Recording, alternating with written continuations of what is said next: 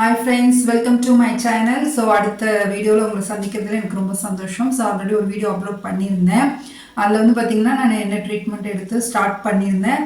So அதனால ஒரு பெரிய பிரச்சனை சந்திச்சேன்னு சொல்லி அதோட ஸ்டாப் பண்ணியிருந்தேன். அதோட கண்டினியூ வீடியோ தான் இது. ஸோ 2018 பார்த்தீங்கன்னா கரெக்டாக ஒரு ப்ராப்பராக நான் வந்து ட்ரீட்மெண்ட் வந்து ஸ்டார்ட் பண்ணுறேன். ஃபஸ்ட்டு நார்மலாக ஒரு ஹாஸ்பிட்டல் போகிறேன்.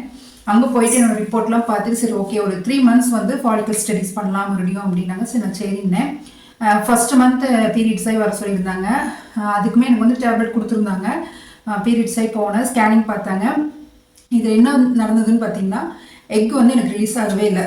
ஒரு 2-3 டைம் ஸ்கேனிங் பார்த்துட்டு இருந்தாங்க. ஒரு 3 நாள் எக் ரிலீஸ் ஆகவே இல்லை. ஸோ இனி வெயிட் பண்ண வேண்டாமே அப்படின்ட்டாங்க டாக்டர் டக்குன்னு. ஏன்னா 2 வருஷம் ஆயாச்சு, நீ வெயிட் பண்ண வேண்டாம், ஆல்ரெடி நிறைய ஃபாலிக்கல் ஸ்டடி பண்ணியாச்சு, டைம் வேஸ்ட் பண்ண வேண்டாம், நான் ஃபர்தராக வந்து இன்ஃபர்டிலிட்டி சென்டருக்கு உனக்கு லெட்டர் எழுதி தரமா அங்கே மூவ் பண்ணிக்கோ அப்படின்ட்டாங்க. சரின்ட்டேன். ஈரோட்டில் ஒரு ஹாஸ்பிட்டல், சூப்பரான ஹாஸ்பிட்டலுங்க. ஸோ அது என்ன பேருங்கிறது லாஸ்ட்டாக உங்களுக்கு நான் வந்து சொல்கிறேன். அங்கே போனேன். அந்த அன்றைக்கே நான் உடனே போயிட்டேன். போயிட்டு அங்கே போய் என்னோடய ரிப்போர்ட்ஸ் எல்லாமே சப்மிட் பண்ணேன். ஸோ அவங்க என்ன சொன்னாங்கன்னா சரி 2 years தான் ஆகுது, நம்ம எதுக்கு உடனே வந்து ஹை லெவல் ட்ரீட்மெண்ட் போகணும், ஐயுஐ ஐவிஎஃப்எஸ் உடனே ஸ்டார்ட் பண்ணணும் அப்படின்ட்டாங்க.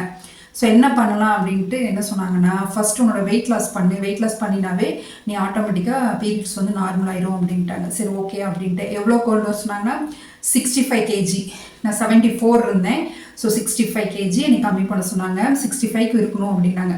அப்போ என்ன பண்ணாங்க 6 month ட்ரீட்மெண்ட் ஸ்டார்ட் பண்ணலாம். 3 months வந்து உன்னோட பிசிஓடி ப்ராப்ளத்தை வந்து க்யூர் பண்ணுவோம், அடுத்த 3 months வந்து வெயிட் பண்ணுவோம் அப்படின்னாங்க. சரின்ட்டு அதுக்கான டயட் எல்லாமே எனக்கு சொன்னாங்க. எக்ஸசைஸ், வாக்கிங், என்னென்ன ஃபுட்டு சாப்பிடும்போது கூட எனக்கு சொன்னாங்க. கண்டிப்பாக உங்களுக்கு ஷார்ட்ஸில் வந்து நான் சொல்கிறேன். அதுக்கப்புறம் பார்த்தீங்கன்னா பீரியட்ஸ் ஆகி செகண்ட் டே வர சொன்னாங்க. ஸ்கேனிங் பார்த்தாங்க. பெருசாக ஒன்றும் நீ கட்டில இல்லைம்மா, பயப்பட தேவையில்ல, 3 monthsல க்யூர் பண்ணிக்கலாம் அப்படின்னாங்க. சேம் 3 monthsல எனக்கு அது வந்து க்யூர் ஆயிடுச்சுங்க. கரெக்டாக சேம் டேட்டில் பீரியட்ஸ் வந்து நான் ஆக ஆரம்பிச்சிட்டேன். அப்புறம் 3 months வந்து நேச்சுரல் கன்சீவாக என்னை வெயிட் பண்ண சொன்னாங்க. எந்த ஒரு டேப்லெட்டுமே தெரில. ஒரே ஒரு டேப்லெட் பார்த்தீங்கன்னா அயன் டேப்லெட் தந்தாங்க, அவ்வளோதான். மித்தபடி வேறு எதுவுமே எனக்கு தெரில. Same diet, same walking and exercise வந்து நான் கண்டினியூவாக வந்து பண்ணிகிட்டே இருந்தேன். வெயிட் பண்ண 3 monthsலேயே ஃபர்ஸ்ட் மந்த்தே நான் வந்து பார்த்தீங்கன்னா கன்சீவ் ஆகிட்டேன். எனக்கு ரொம்ப சந்தோஷமாக இருந்ததுங்க. என்னால் அவ்வளோ ஹாப்பினஸ் 2 வருஷம் கழிச்சு பாசிட்டிவ் ரிசல்ட் பார்க்கும்போது எவ்வளோ சந்தோஷமாக இருக்குன்னு நினச்சி பாருங்க. பட் அது எல்லாமே பார்த்திங்கன்னா ஒரு 10 days கிட்ட தான் அகெயின் வந்து ப்ளீடிங் ஸ்டார்ட் ஆச்சு. இங்கே நான் கேரளாவில் இருந்தேன். ஸோ லோக்கல் ஹாஸ்பிட்டலில் போய் பார்த்துட்டு இருந்தேன். அவங்க அதுக்கான டேப்லெட் கொடுத்தாங்க ஸ்டாப் ஆகிறதுக்கு. அந்த மாத்திரை சாப்பிட்டு 1 weekல சரியாயிடுச்சு. நிறைய ஹெல்த் இஷ்யூஸ் சின்ன சின்னதாக இருந்துகிட்டே இருந்தது. அதுக்கப்புறம் பார்த்திங்கன்னா லெஃப்ட் சைடில் ஒரு பெயின் இருந்துகிட்டே இருந்தது. எனக்கு அந்த சைடுமே வீங்கி இருந்தது. அப்போ டாக்டர்கிட்ட கன்சல்ட் பண்ணும்போது அவங்க எனக்கு அது வந்து எக்டோபிக் ப்ரெக்னென்சினே அவங்க சொல்லவே இல்லை. ஆக்சுவலி அவங்க வந்து என்னன்னு சொல்லிட்டாங்கன்னா சிவியர் பெயின் இருந்தால் மட்டும் ஹாஸ்பிட்டலில் வந்துருங்க அப்படின்ட்டாங்க.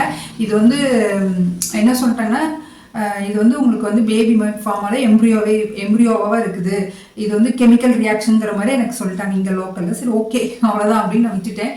பட் வந்து பார்த்தீங்கன்னா அந்த பெயின் இருந்துகிட்டே இருந்தது உள்ள. எனக்கு லெஃப்ட் சைடில் வந்து வீக்கமும் இருந்தது, ரொம்ப இஷ்யூஸ் இருந்துகிட்டே இருந்தது, ப்ளீடிங் ஆகிட்டே இருந்தது. அதுக்கப்புறம் பார்த்தீங்கன்னா 2 ஹாஸ்பிட்டல் போனேன். 2 ஹாஸ்பிட்டலுமே எனக்கு அது எக்டோபிக் ப்ரெக்னென்சின்ற இதே அவங்க சொல்லலை. பட் அவங்க ரிப்போர்ட்டில் எழுதியிருக்காங்க எக்டோபிக்ன்ட்டு. ஆனால் எனக்கு அந்த நாலேஜ் இல்லை, எக்டோபிக்னா என்னன்னு எனக்கு தெரியாது. அதுக்கப்புறம் பார்த்தீங்கன்னா நான் நார்மலாக பீரியட்ஸ் ஆகிற மாதிரி ஆகிட்டேன். 7 days கிட்ட இருந்தது. சரி ஓகே அவ்வளோதான் அப்படின்ட்டு நான் என்ன பண்ணேன்னா ட்ரீட்மெண்ட் எடுத்த ஹாஸ்பிட்டலுக்கே போகலாம் அப்படின்ட்டு எங்கள் அம்மா வீட்டுக்கு போயிட்டு அங்கே என்னோட ரிப்போர்ட் கொண்டு போய் கொடுக்குறேன். டாக்டர் வந்துட்டு எக்டோபிக் ப்ரெக்னென்சின்னு இருக்குதுமா எப்படி அப்படின்னு கேட்டாங்க. எனக்கு ஒரு தெரில மேடம், எனக்கு எக்டோபிக்னாவே என்னன்னு தெரியல, எனக்கு இந்த மாதிரி இப்படிலாம் இருந்தது, நான் பீரியட்ஸ் ஆகிட்டேன், நார்மலாக தான் இருந்தேன் அப்படின்ட்டேன். அப்போ ஸ்கேனிங் பார்த்துக்கலாம் அப்படின்ட்டு எனக்கு ஸ்கேனிங்கில் உள்ள அந்த அல்ட்ரா ஸ்கேனிங் பண்ணும்போது பெயின் இருந்தது. டாக்டர் கேட்குறாங்க பெயின் இருக்கா உனக்கு அப்படின்னு. ஆமாங்க மேடம் எனக்கு பெயின் இருக்குது அப்படின்னு. அப்போ தான் காமிக்கிறாங்க லெஃப்ட் சைட் டியூப் வந்து வீங்கி இருக்குதுமா, இதில் வந்து கிளியராக இருக்காது, 3D ஸ்கேனிங் எழுதி தரேன்னு சொல்லிட்டு எனக்கு வெளியில் எழுதி கொடுத்தாங்க. அங்கே போய் ஸ்கேனிங் பார்த்த பிறகு தான் இது எக்டோபிக் ப்ரெக்னன்சிங்கிறது எனக்கு கன்ஃபார்ம் ஆச்சு. உடனே டாக்டர்கிட்ட ரிப்போர்ட் பார்த்துட்டு அவங்க என்ன சொன்னாங்கன்னா சரி ஓகே அதோட அந்த ஒரு வேல்யூ இருக்கும் இல்லைங்களா, ஹெச்சிஜி, அந்த வேல்யூ லெவல் வந்து பீட்டா ஹெச்சிஜி இருக்கும் பார்த்தீங்களா, அந்த வேல்யூ லெவல் வந்து கம்மியாக தான் இருந்தது.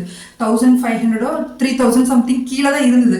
அப்போ என்ன சொன்னாங்கன்னா ஒரு 3 weeks வந்து இன்ஜெக்ஷன் ட்ரை பண்ணுவோம், இன்ஜெக்ஷன்லேயே கரைப்போம், நீ வந்து ஸ்கேனிங்க்கும் ப்ளஸ் வந்து பார்த்தீங்கன்னா பிளட் டெஸ்ட் கொடுக்கணும், அதோட எக்கு எம்ப்ரியோ வந்து லெவல் குறைஞ்சிக்கிட்டே வருதுன்னு பார்க்குறதுக்கு நம்ம வந்து பிளட் டெஸ்ட் கொடுக்கணும் வீக்லி.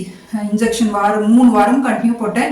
இதுக்கடையில் எனக்கு டாக்டர் வந்து என்ன சொன்னாங்கன்னா, எப்போ வேணாலும் சிவியர் பெயின் வரும், உள்ள ரப்சர் ஆனால் நமக்கு தெரியாதுமா, ப்ளீடிங் அதிகமாகும், என்ன பெயின் வந்தாலும் நீ உடனே ஹாஸ்பிட்டல் வந்துரு, இன்ஜெக்ஷன் போட்டால் எந்த ஒரு பிரச்சனையும் இல்லை.